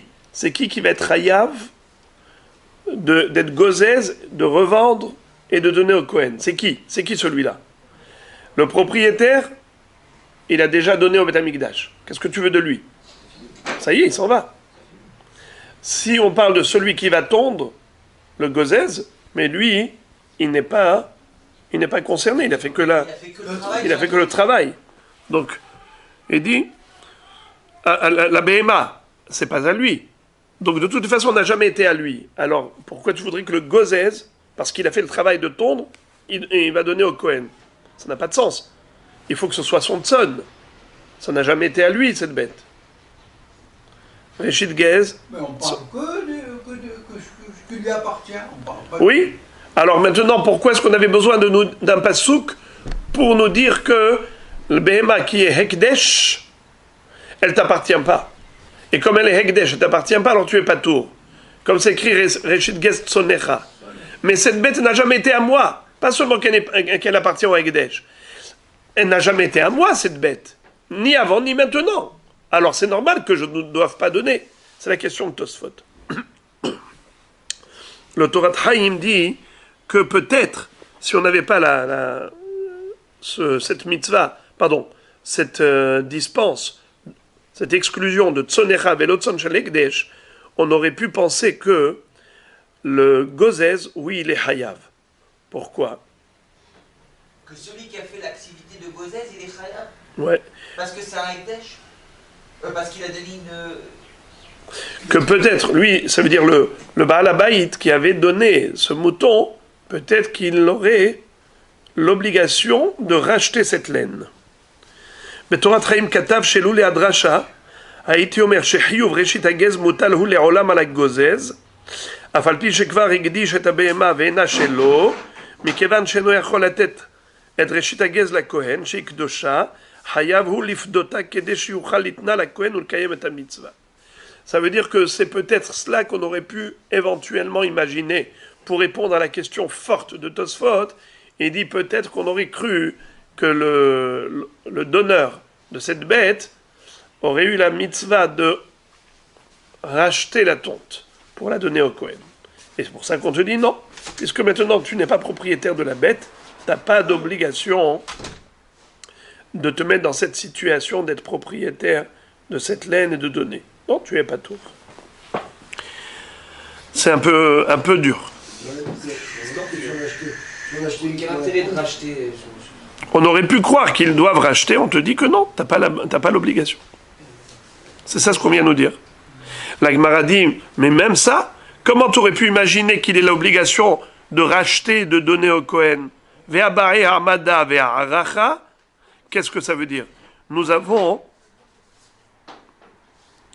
une halakha qui dit que quand on veut racheter une bête, lorsqu'on veut racheter une bête, il faut qu'il y ait ce qu'on appelle ha'amada ve'ha'aracha. On l'apprend du pasouk, d'un pasouk ve'amid à Kohen, ve'erich à Kohen. Ha'amada ve'ha'aracha, je vous lis le pasouk. Ve'amid et behema לפני הכהן והעריך אותה. מכאן למדו שאין פודים קדשים שמתו, מכיוון שכבר אינם ראויים לעמוד. ככל שאינו בכלל עמידה, אינו בכלל הערכה לפדיון. C'est-à-dire qu'une bête qui a été offerte pour le Bedek Habayit, pour la racheter, il faut qu'il y ait un Beddin qui évalue la valeur de la bête.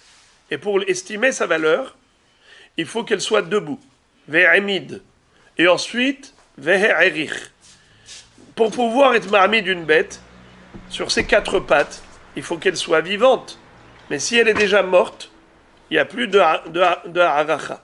Pourquoi il n'y a plus de haracha? Parce qu'il n'y a plus de possibilité de harmada. Tu ne peux pas être ma'amid d'une bête qui est morte. C'est pareil pour la giza. La laine de la bête, une fois tondue, n'a plus de possibilité de Hamada. Donc il n'y a plus de possibilité de Haracha. Il n'y a pas d'estimation de valeur de quelque chose bestial qui ne peut plus tenir debout. De la même façon qu'on a dit qu'il n'y a pas de pidion d'une bête morte, Ainsi, il n'y a pas de pidion, de laine morte. La laine, tant qu'elle est encore sur le corps de la bête, la laine, elle est vivante, elle est rattachée au vivant. Bien sûr, parce que tu dis que la laine, elle fait partie d'un corps vivant. Et donc, lorsqu'on fait la haracha, on fait la haracha de tout le mouton, avec la laine. On ne tue pas le mouton, au contraire, ve'amid. Et on le vend. Le gizbar, qu'est-ce qu'il fait avec cette bête? Il la vend. Et pour la vendre, il faut connaître la valeur. Et pour connaître la valeur, il faut une estimation. Et pour faire cette estimation, il y a une condition sine qua non, laquelle, c'est de maintenir la bête sur ses 4 pieds, sur ses 4 pattes. S'il n'y a pas de hamada, il n'y a pas de haracha. C'est la raison pour laquelle, Hachamim ont dit, une bête qui est morte, qui ne peut pas être remédet, il n'y a pas de haracha, il n'y a pas de pidion. La différence, c'est que sur un mouton même mort, on peut prélever la laine. Je répète. Pour pouvoir reverser cet argent, pour pouvoir faire pidion de cette faut qu'il y ait armada. Très bien. Donc on va élargir le problème. Si j'ai un mouton qui est mort, il n'y a pas de pidion possible. Je prends dans mon troupeau. Dans mon troupeau, j'ai un mouton mort. Est-ce que la laine de ce mouton va être inclus au volume de laine? Bien sûr, parce que là-bas c'est Holim. Vous parlez de... Oui. Simplement. Et Armada Haracha, c'est que pour Kodesh, Behemat Kadashim. Et c'est de cela qu'on parle. La Gemara dit, mais comment tu aurais pu envisager cette éventualité? Mais elle est inenvisageable. Qu'est-ce que tu es en train de me dire? On aurait pu penser qu'il y a une mitzvah de tondre la laine d'une bête qui est Kodesh. Pourquoi? Pour racheter cette laine, pour ensuite la revendre et donner au Kohen, c'est-à-dire faire le rachat, transférer la kedusha de la laine sur de l'argent, et une fois que tu as fait pidion, tu donnes Reshit Hagez au Kohen. On aurait pu penser ça. La Gemara dit, mais pourquoi? Comment tu aurais pu pousser le bouchon si loin? Comment tu aurais pu aller chercher midi à 14h? Mais c'est juste impossible. Pourquoi? Parce que la laine, elle fait partie du corps d'une bête. Et nous avons une halakha à propos d'une bête, que pour pouvoir la racheter, une béma qui est Kodesh, attention, pas n'importe quelle béma, béma qui est Kodesh, pour pouvoir racheter sa kedusha et transférer cette kedusha sur de l'argent, il faut qu'il y ait une harmada ve'aracha, ve'emid à Kohen et à béma, ve'erich à Kohen. S'il n'y a pas de harmada, il n'y a pas de haracha. Donc la laine, maintenant que tu vas la tondre, et tu veux la revendre, il n'y a pas de pidion possible. Puisqu'il n'y a pas eu de harmada, il n'y a pas eu de haracha, puisqu'elle est morte, cette laine. La Gemara dit, Hanicha leman de amar kodshe bedek habayit lo hayu bichlal. Ha'amada ve'haracha, ela leman de amar, maïka lememar. Qu'est-ce que ça veut dire? Aval ela leman de amar, hayu, maïka lememar. Qu'est-ce que ça veut dire? Il y a une mahloket entre les hachamim à savoir, est-ce que cette exigence, cette condition sine qua non, qui consiste à dire que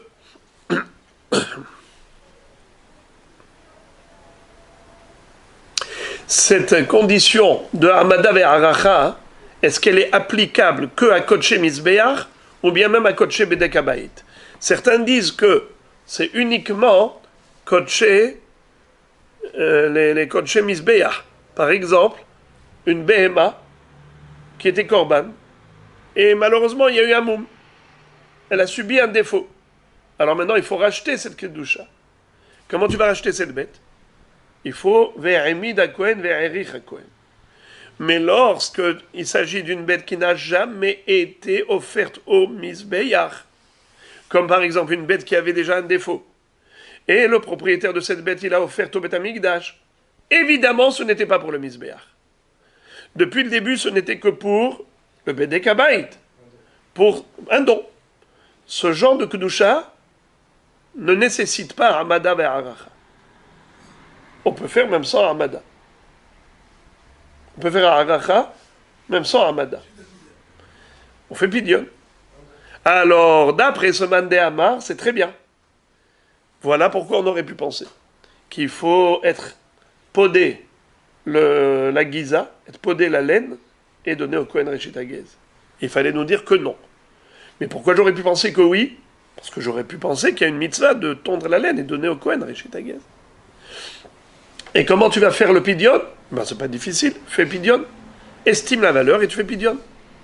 La Gemara dit oui, ça c'est bon, que d'après celui qui dit que une behema qui est kadosh bekdushat bedek habayit n'a pas besoin de armada avant la haracha. Mais d'après celui qui dit que même pour kodesh bedek habayit, il ne peut y avoir de haracha que s'il y a eu armada au préalable, la laine une fois tondue, elle n'est plus apte à la armada, donc elle n'est plus apte à la haracha. Donc elle n'est plus apte au pidion. Donc comment tu aurais pu envisager qu'on ait la mitzvah d'être podé la laine pour donner Reshit Hagez au Kohen? Mais de toutes les façons, il n'y a pas de Giza. Je vais pas être gozès. Pourquoi faire? On n'a pas le droit, Bichlal, d'être gozès. Qu'est-ce que tu vas me dire? Sois podé? Mais comment tu veux que je sois podé?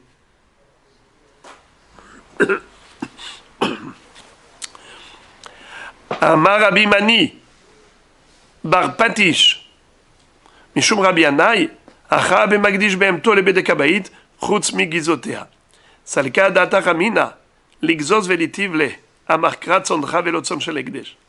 La Gemara trouve toujours des solutions. Elle dit, tu sais pourquoi j'aurais pu penser qu'il y a une mitzvah de tondre la laine et de donner un Kohen même dans Mukdashin? On parle de quelqu'un qui a été makdish au bedek habayit que le mouton mais pas sa laine.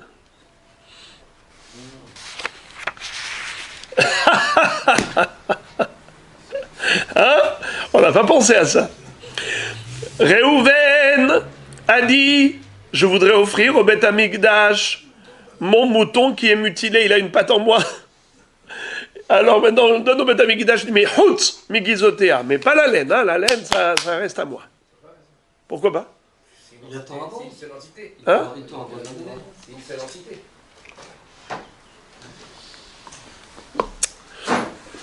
Mon cher ami, je voudrais vous donner juste l'eau, mais pas la bouteille. Je voudrais que la bouteille, vous me la rendiez. C'est une seule entité? Non. Il y a de l'eau, il y a une bouteille. La même chose, il y a un mouton et il y a la laine. Mieux encore. Je vais vous dire encore mieux. Écoutez ça, Tzadik Sheli. Écoutez ça. Je voudrais donner que la moitié de la bête au Beth Amikdash. Je sanctifie que la moitié de cette bête pour le Bedek Habayit. Qu'est-ce qu'on va faire? On va vendre cette bête, 50% me reviennent, 50% on donne au Beth Amikdash. You understand, my friend? Alors, étant donné que c'est possible, c'est envisageable, qu'un homme offre au Beth Amikdash la bête elle-même, mais pas sa laine. Et donc il dit, la laine, elle reste à moi, elle m'appartient. Là, on aurait pu imaginer que tu doives donner au Kohen, parce que c'est ta laine. C'est pour ça qu'on te dit Tsandra, velotzon ekdesh. La Gemara dit, Iachi, Kodshe Mizbeach Nami. Qu'est-ce que ça veut dire? Pourquoi est-ce que tu avais besoin d'en arriver au Kodshe Bedek Habayit? Tu peux donner, tu aurais pu m'expliquer et me présenter ce cas complexe, tu aurais pu me le présenter même avec une bête qui est Kodshe Mizbeach, puisque de toute façon la laine, on ne l'offre pas au Beth Amikdash. On ne l'offre pas, excusez-moi, comme Korban. La Gemara répond Karché. Qu'est-ce que ça veut dire? Ça, je ne sais pas si je traduis par affaiblir ou par amaigrir. En tout cas, la tonte de la laine, ça réduit, ça affaiblit et ça réduit la bête. Paraît plus maigre. Hein? Ouais. C'est sûr. Ouais. Ouais, c'est sûr. Alors, certains disent qu'au contraire, la tonte, ça renforce la bête. Parce que la laine, ça la fatigue, elle porte du poids. Et là, tu la rafraîchis. Alors, certains posent la question, qu'est-ce que tu es en train de me dire ici? Peut-être que c'est réduire au niveau volume. Peut-être qu'elle paraît grosse, elle paraît importante, et là maintenant, tu la rends moins belle, plus maigre. Caché. Makhish, c'est soit affaiblir, soit amaigrir. Donc, en tout cas, c'est la raison pour laquelle on n'a pas voulu parler de Kodshe Mizbeach Parce que en tant que korban, de toutes les façons, c'était inenvisageable que tu ailles tondre la laine, de t'obliger à tondre la laine, parce que c'est makhish à ta korban. Alors on va pas te dire va tondre la laine et donne Reshit Hagez au Kohen. Tu vas pas faire du mal pour un bien. Voilà pourquoi il fallait parler de Kodesh Bedek Habayit. La Gemara dit mais même Kodesh Bedek Habayit nami karché. Qu'est-ce que ça veut dire? Mais même Kodesh Bedek Habayit aussi. Si tu me dis que tu portes atteinte à la bête qui est Kadosh, eh bien quelle différence qu'elle soit Kadosh Kedushat Mizbeach ou Kedushat Bedek Habayit, tu es quand même makrish, et donc c'est inenvisageable.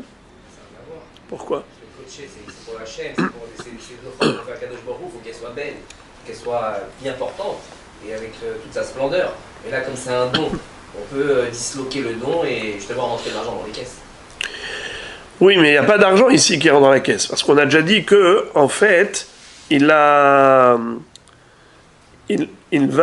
être gozez,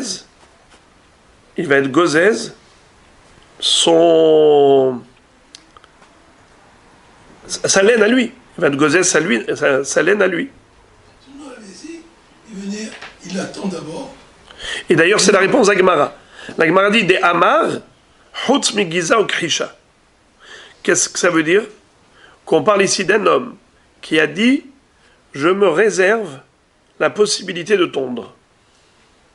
Donc depuis le début, je ne voulais pas offrir au Beth Amikdash la laine et aussi la beauté de la bête. Je me réserve ce droit. On a le droit de fragmenter, comme j'ai expliqué tout à l'heure. Alors la Gemara dit, dans ce cas-là, même Kodesh Mizbeach Nami, de Amar Chutz Migiza ou Krisha. La Gemara répond, Afilu Achi, Pashta Kedusha Bekula, Uminatim Radam Arabiosi, Ve'alo Bamugdashin Omer Regla Shel Zu Ola, Kula Ola. ואפילו לרבי מאיר דאמר אין כולה עולה הנימיני דאקדיש דבר שננשמה תלויה בו. אבל הקדיש דבר שהנשמה תלויה בו קדשה. Qu'est-ce que ça veut dire? La Gemara dit, au niveau de Kodesh Bedek Habayit, tu peux fragmenter. Tu peux dire, j'offre au Beth Amikdash que la bête elle-même n'est pas sa laine.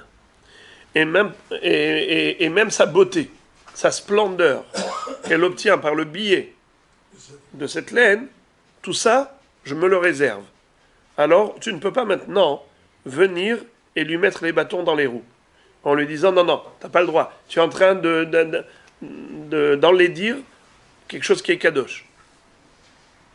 Tu peux pas lui dire ça. Parce qu'il dit depuis le début, cet enlaidissement, c'est quelque chose que j'avais prévu ne pas offrir au Beth Amikdash. Qu'est-ce que vous voulez? La laine est à moi, et aussi même le kahash. Et ben voilà pourquoi on avait cru que c'était possible d'obliger le propriétaire à aller tondre la laine pour offrir le Reshit Hagez au Kohen. C'est pour ça qu'on a écrit non, Reshit Hagez tzonecha velo shel Ekdesh. Comme le corps de la bête, il appartient au Ekdesh, t'as pas la mitzvah à toi de donner Reshit Hagez au Kohen, même si tu vas tondre la laine. Mais si j'ai tendu avant d'offrir, 5. Ah, il a donné 5 bêtes au Kodesh. Vadaï. Et quoi alors? C'est obligé. Oui, bah oui. C'est pas shoot. Alors maintenant, puisque ce monsieur-là, il a déjà offert au Beth Amikdash le corps de la bête, voilà pourquoi il est pas tout. Alors la Gemara pose la question, elle dit, si c'est comme ça, si cet homme-là, il a dit Hutz, Migizotea, Vekahasha, pourquoi tu as été chercher Bedek Habayit? On revient sur l'histoire de Kodesh Mizbeach. Pourquoi tu n'as pas appliqué la même chose pour Kodesh Mizbeach? Le bonhomme a dit, j'offre au Mizbeach la bête, mais pas la laine et pas sa splendeur. Le kahash, je me le réserve. Réponse, ça n'existe pas. Pourquoi ça n'existe pas? Parce que c'est impossible. Pourquoi c'est impossible? Car nous avons une halakha à propos de Kodesh Mizbeach. Quelqu'un qui dit, je voudrais offrir au Mizbeach juste le regel. Ragla shelzu ola.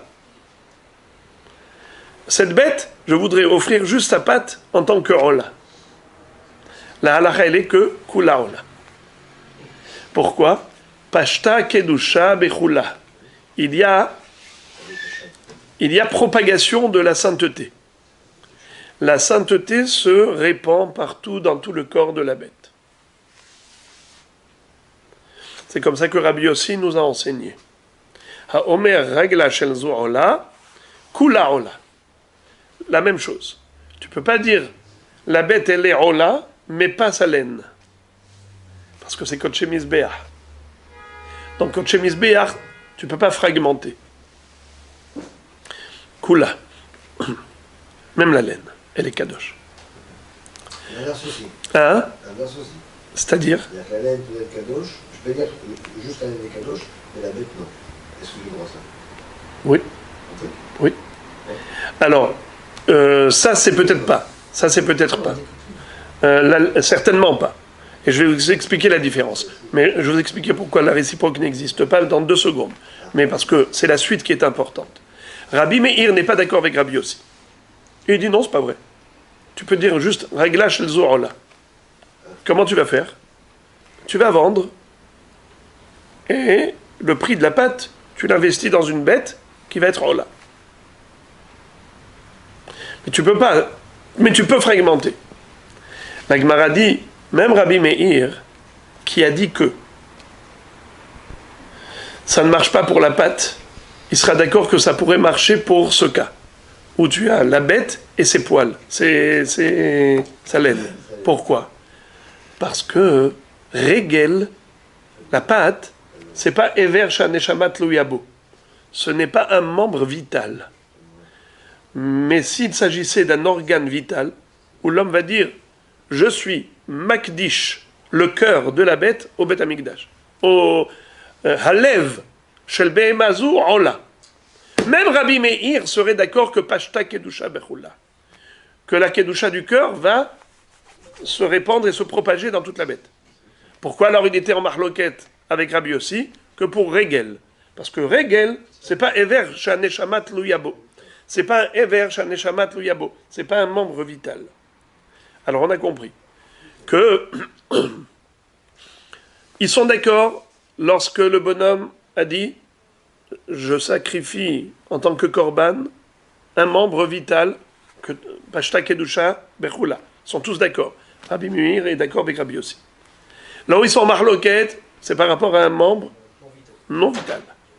Est-ce que Pashta Kedusha Bechula ou pas? Maintenant, vous posez la question quand serait le din au cas où on a dit juste la laine Kadosh Kedusha de Mizbeach. Alors il faut dire que la laine non. Pourquoi? Personne ne dirait que Pashta Kedusha Bechula, car la laine elle-même n'est pas sacrifiable. La laine elle-même, elle ne monte pas sur le Mizbeach. La peau, on la retire. Ve'ifshit et ha'ola. Seulement quand la peau et les poils sont attachés au corps de la bête, à l'heure qu'il est, ils sont contaminés par la Kedusha du Mizbeach. Jusqu'au moment où on va dépouiller et on va prendre que le contenu et on retirera le contenant. Mais pour l'instant que le contenant fait partie intégrante du contenu, ils sont inséparables. Alors c'est une entité. Alors la Kedusha, soit du cœur, soit de la pâte, se répand jusqu'au poil. Mais si il dit ces poils sont Ola, il a dit des bêtises. Est-ce qu'on a déjà vu des poils Ola?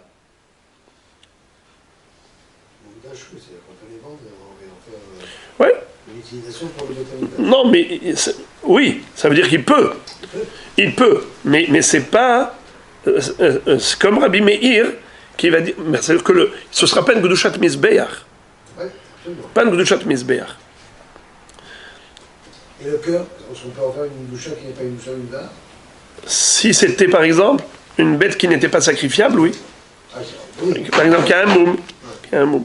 Alors, je vais terminer avec quelque chose qu'on avait dit à propos de Pessah. Rappelez-vous ce qu'on avait dit. Je vais m'arrêter là. À propos de Pessah, on avait dit qu'il ne faut pas dire Bassar Zé les Pessah. La halakha est que il ne faut pas donner l'impression qu'on est en train de sacraliser la bête. Alors qu'est-ce qu'il faut dire?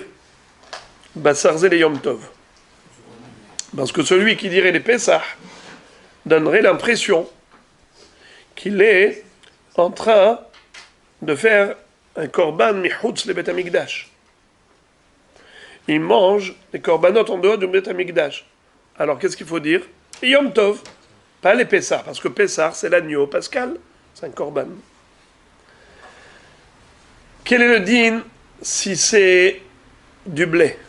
Et il dit Hitim elou le Pessah. Est-ce qu'il y a un problème? Non. Pourquoi?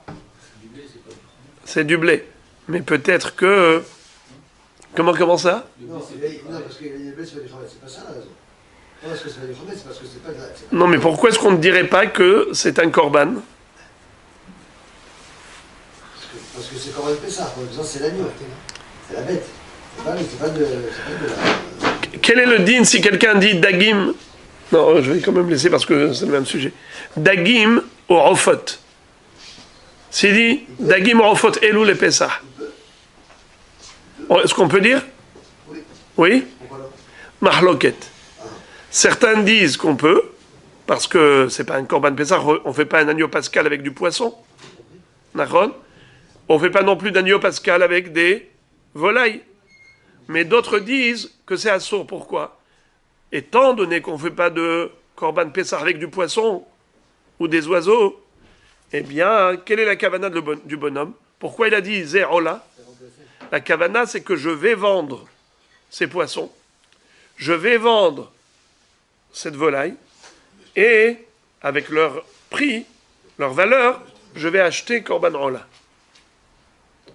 Dme hadagim les rola, dme harofot les pardon, pas les rola, qu'est-ce que je dis bêtise? Pesach. Dme hadagim les korban Pesach, dme harofot les korban Pesach. L'homme a consacré la valeur monétaire de ces objets. N'importe quoi, c'est pas. Attendons. Quel est le din maintenant de Hitim? Si je veux consacrer, ce sera la même chose. Si on va d'après cette règle, les Hitim aussi, on devrait dire pareil. Ah oui. Qu'il veut vendre les Hitim pour acheter l'agneau pascal. Non, Et- mais on pouvait amener des galettes comme corban. On peut donner des galettes. Pessah. Il n'y a pas de korban Pessah en galette. Pas de corban, mais je veux dire, on pouvait amener quand même de faire des dons de galettes. Hein. Oui, mais là je parle de Pessah. Alors, du korban, à lui-même. Un Pessah, on pouvait le faire. Non. Bon, on ne pouvait pas amener de. Non, quand on dit Pessah, ça désigne le nom de l'agneau pascal. C'est pas la fête. Pessah, c'est pas une fête. Pessah, c'est l'agneau pascal. Alors quand je dis Hitim elou le Pessah, ça peut être traduit comme je vais vendre les Hitim et leur valeur monétaire, je vais acheter avec ça l'agneau pascal. Pourquoi on n'interdit pas? Pourtant, il y a ceux qui interdisent pour le poisson et pour les rofotes. Il dit parce que les Hitim, ça peut devenir Hametz. Les Hitim, comme vous l'avez dit tout à l'heure, ça peut devenir Hametz, et donc les gens comprennent, quand on dit Hitim, elou les Pessah, il ne fait pas l'ombre du doute que les gens, quand ils disent Hitim elou les Pessah, qu'est-ce qu'ils veulent dire par là? Ils veulent dire que c'est Kacher la Pessah. Comment c'est Kacher la Pessah? Parce qu'avec quoi on fait des matzot? Avec du blé. Ce blé, il peut être Hametz, il peut être Kacher. Quand je dis Hitim elou les Pessah, ça veut dire que je vais les préserver de devenir Hametz. Puisqu'il y a une explication possible à cette phrase qui va dans le sens de Hitim elou les Pessah, ça veut dire pour le Yom Tov de Pessah, pour la fête de Pessah, et ça va de soi, puisque tu parles de Hitim. Hitim? Hey, attention, ça peut devenir Hametz. Non, c'est les Pessah. On a compris que ça veut dire que tu vas les protéger du Hametz. Tu vas faire en sorte que ce soit protégé de l'eau pour pas qu'il devienne Hametz. Donc tu as le droit de dire Hitim elou les Pessah, parce que personne ne va croire que tu as dit Hitim, je vais les vendre pour acheter Korban Pessah. Tout le monde va comprendre que Hitim elou les Pessah, ça veut dire je vais les préserver de l'eau pour qu'ils restent cachés la Pessah. Alors maintenant c'est la réponse à l'autre question que vous avez posée. Alors dans tout on dirait la même chose. Eh bien dans tout ça dépend si il y a lieu de dire je voudrais que ça reste caché la Pessah. Tous les produits alimentaires, en effet, quand on va aujourd'hui, regarde, cacher la Pessah, pas cacher la Pessah. Tout le monde comprend quand tu dis ça c'est pour Pessah, ça veut dire cacher la Pessah comme le blé qui reste caché la Pessah. Alors pourquoi pour le poisson et les volailles on n'a pas dit? Parce qu'il n'y a pas lieu de dire Hamet. Tu as déjà vu un poisson Hamet? D'accord? Donc ça n'existe pas. Donc forcément, c'est pour le vendre, pour acheter Ola.